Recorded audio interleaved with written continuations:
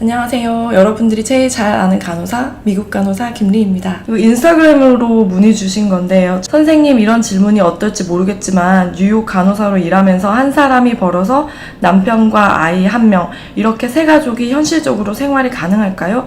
아무래도 뉴욕에 오래 거주 중이면서 자녀를 양육하고 계시니 누구보다 잘 알 것 같아서요. 사실 저희 부부는 같은 대학병원에서 간호사 방사선사로 근무 중인데 미국은 방사선사 면허 인정을 안 해주다 보니 미국 간호사 도전하게 되면 남편이 일을 할 수가 없게 되니까 여기서는 안정적인 삶을 살고 있어도 만약 제가 미국에 가고 싶어 하면 아이도 있는데 현실적으로 너무 버거울까, 아이를 제대로 키울 수 있을까 싶은 마음이 드네요. 정리를 해보자면 간호사로 한 집에 이제 가장이 되시는 건데 평간호사로 시작하신다고 하면 저는 좀 힘드실 것 같아요. 자, 예를 들어서 이제 좀 나눠서 생각을 해볼게요.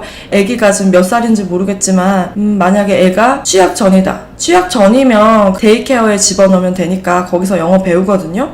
그러니까 크게 문제는 없을 것 같아요. 근데 그 대신 데이케어 비용이 좀 비싸요. 연봉이 1억이다 치면 이제 애기 데이케어비로 2,000 몇백 불 정도가 나갈 거예요, 한 달에. 거기다가 좀 웬만히 살기 좋은 집 사시려고 하면은 적어도 원룸은 있어야 될 것 같아요. 렌트비가 한 3,000에서 4,000불?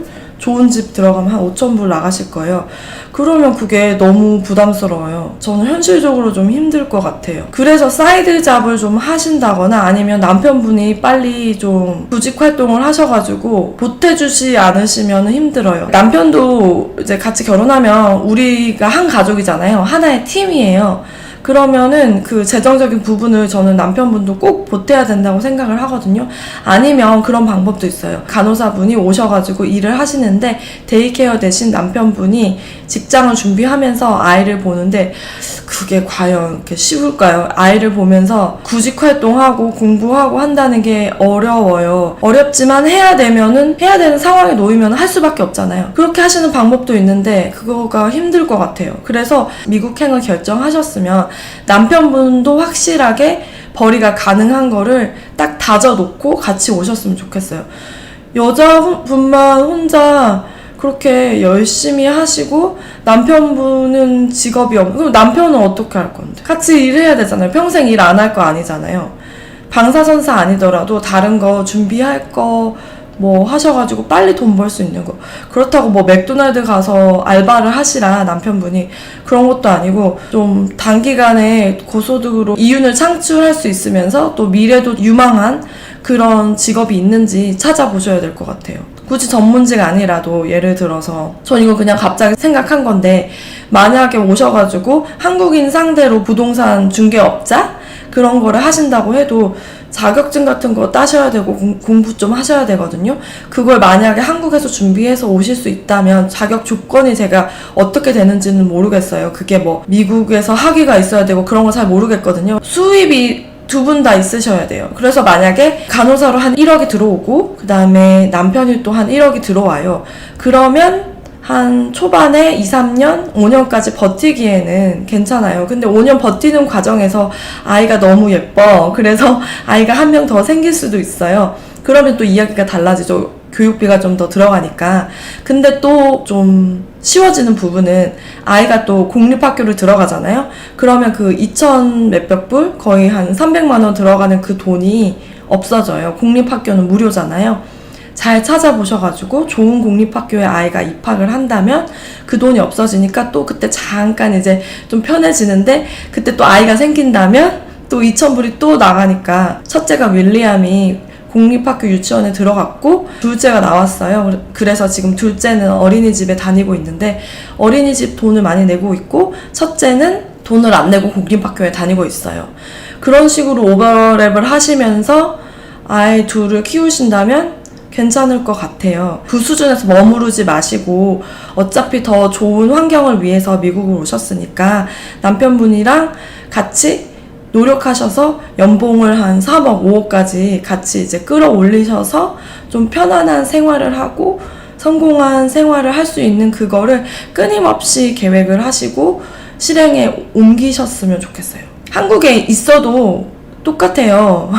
한국에서는 뭐 연봉이 한 4천만 원, 6천만 원 되겠죠. 간호사로 일을 하시게 된다면. 방사선사분이 남편분이잖아요. 같이 아이를 키운다고 하면 뭐 한 1억 넘어가는 연봉으로 이제 키울 수가 있잖아요. 편할 수 있어요.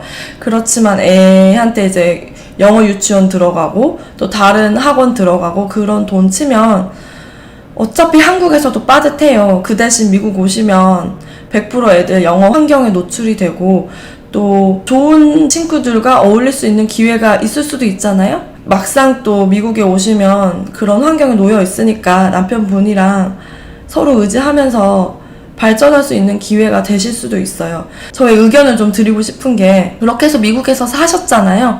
사셨는데 좀 생각보다 나랑 안 맞아. 그래서 다시 한국 가고 싶어. 그러면은 다시 한국 가시면 돼요. 그게 저는 실패라고 생각 안 하는데 이상하게 한국 사람들은 미국 와가지고 좀 살다가 다시 한국 돌아가시면 그게 막 실패라고 생각을 하시더라고요.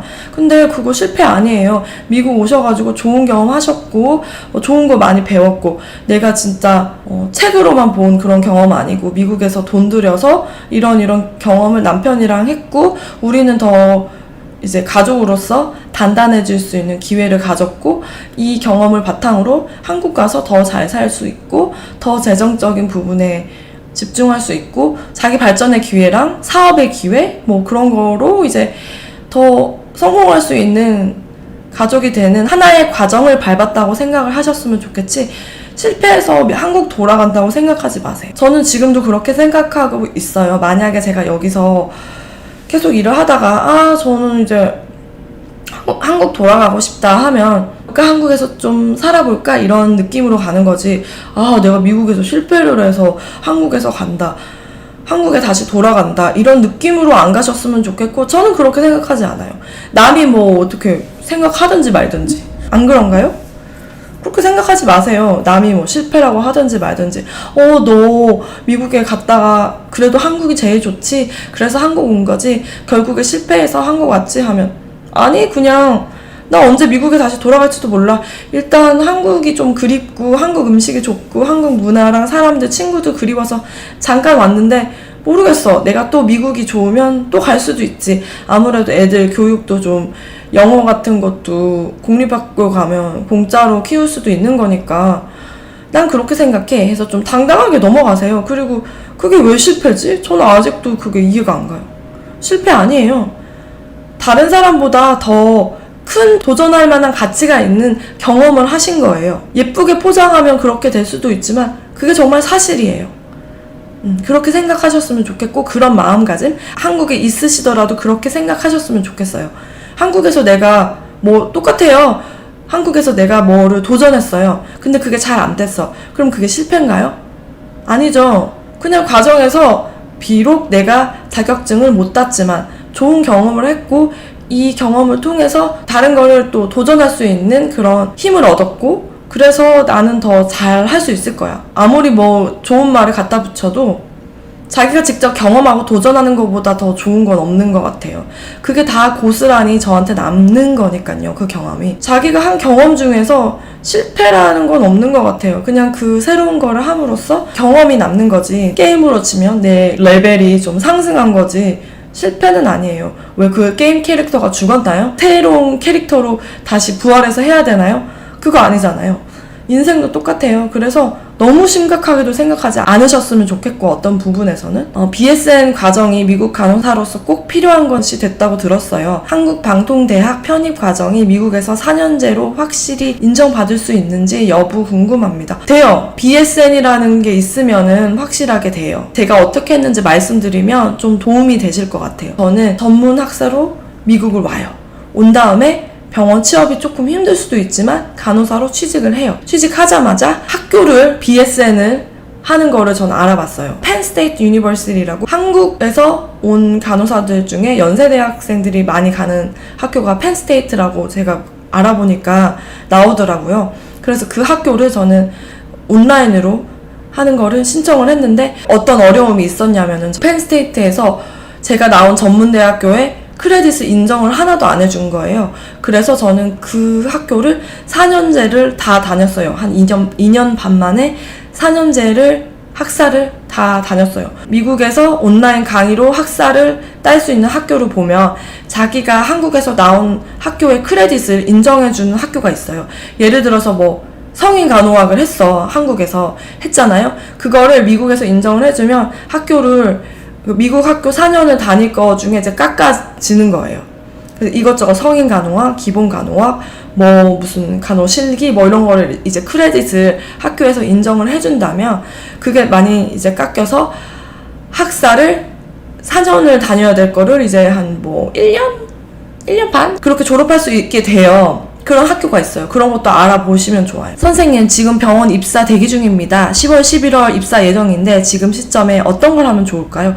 여행도 다녀왔고 운동은 계속 하는 중입니다. 엔클렉스를 공부해볼까 고민하는 중인데 선생님이시라면 지금 시기에 어떤 걸 하실 건가요? 병원 입사 대기 중이고 10월, 11월이면 한 달밖에 안 남았네요. 한두 달? 그러면은 운동을 하신다고 하니까 저는 그거는 정말 좋은 것 같아요. 평생 끌고 갈 운동을 한번 찾아보고 개발하는 시간을 가지셨으면 좋겠고, 그리고 여행도 이미 다녀오셨다고 하니까 또 여행 가면 좀 지출이 되긴 하지만 여행에 조금 아쉬움이 남으신다면 여행 또 가는 거 저는 나쁘지 않다고 생각해요. 왜냐면 입사하면은 첫 해에는 휴가가 5일, 7일 이거밖에 안 나와서 유럽 여행이나 뭐 장기 여행 가는 거 아예 불가능하거든요. 가족 여행도 저는 괜찮은 것 같아요. 지금은 이제 간호학생이고 아직은 간호학생으로서 가족의 소중함을 약간 모르거든요. 근데 가족 여행 짧게라도 갔다 오시면 그게 나중에 많은 힘이 될 것 같아요. 저는 되게 많이 후회했어요. 커서 가족 여행 많이 안 갔거든요. 근데 나중에 이제 결혼하고 아기 낳고 뭐 결혼하고 이제 엄마랑 여행 가고 하면서 그 시간들이 굉장히 보람있고 힘이 많이 되더라고요. 그래서 가족여행 가시는 것도 추천드리고 아르바이트 하는 거 좋은 것 같아요. 사회생활 간접 체험하면서 돈을 벌 수 있으니까 영어 공부하시는 것도 좋은 것 같아요. 할 수 있는 거 진짜 많아요. 기간만 많다면. 엔클렉스도 해도 되는데 요새는 학교에 엔클렉스 과정이 있더라고요. 간호대학교 안에. 혹시 만약에 그런 게 없어요. 그럼 간호대를 들어가서 동아리 중에 엔클렉스 공부하는 동아리가 있을 수 있어요.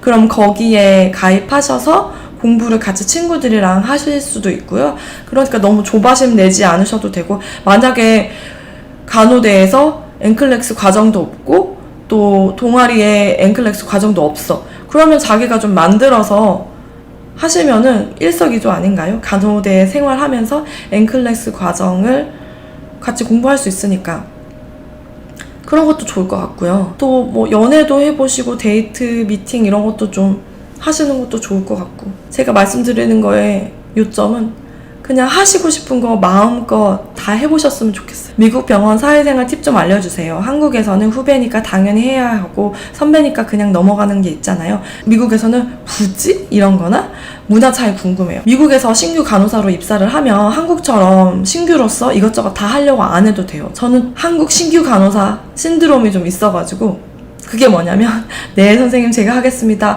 뭐 일이 남아있는 꼴을 보지를 못해. 다 내가 해야 돼. 막 환자 밀리는 거 못 봐. 내가 해야 돼.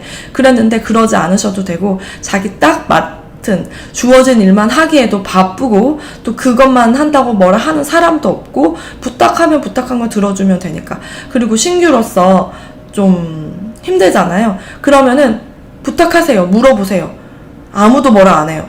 근데 뭐라 하는 경우는 내가 모르는데 그냥 선무당처럼 하는 거, 그건 진짜 뭐라고 많이 말도 듣고 신용이 좀 없어지고 그러거든요. 그래서 그거는 하면 안 돼요. 근데 제가 하겠습니다 선생님, 제가 하겠습니다, 저한테 맡겨주십시오, 제가 치우겠습니다, 신규니까 내가 당연히 해야지, 이런 거 절대 하시면 안 돼요. 그거 오지랖이거든요. 하지 마세요. 다 하려고 하지 마세요. 그리고 다 잘하려고 하지 마세요. 처음에 못하고 질문 많이 하는 거 당연한 거예요. 무료로 연결해주는 에이전시 있다 하셨잖아요. 이전 라이브 때요. 경력 단절이 있어요. 10년 이상. 그래도 이전 경력은 5년 이상 있어요. 엔클렉스 닦기에 에이전시 알아보고 있어요. 추천해 주셔도 되시면 자세히 알려주셔서 연결되길 원해요. 그거 다 미국 에이전시거든요. 한국 에이전시 아니에요. 영어로 어떻게 질문할지 준비를 하셔가지고 전화를 한번 해보세요. 마지막으로 이 말씀 드리고 그러면은 라이브를 마무리를 할게요. 여기 오셔가지고 뭐 예를 들어서 간호학적인 부분이 아니더라도 미국 생활 하시다가 내가 갑자기 사업에 눈이 트였어. 이런 걸 해보고 싶다. 그러면 도전해보세요. 그래서 우리 집의 인컴을 늘리면서 좀 편안한 생활 하셨으면 좋겠고, 간호사로서도 좀 커리어를 좀 늘릴 수 있으면 경력 쌓아서 여기 옮기고, 그런 거를 좀 반복하셔가지고 그 게임으로 치자면 레벨업 하는 거죠. 레벨업 하면 뭐 좋아요? 생활하는 거 더 좋고, 또 아이템이 많으니까 문화생활 즐기기도 좋고 하는 일이 좀 더 수월해질 수 있잖아요. 인생을 미국 오셔서 레벨업 하시면서 생활하셨으면 좋겠어요. 한국에 있어도 레벨업은 필요해요. 그러니까 미국 오시면은 레벨업 하는 거, 자기 개발하는 거 게을리 하지 마시고 열심히 하셔서 연봉도 올리시고 미국에서 재밌는 생활 하셨으면 좋겠어요. 안녕히 계세요.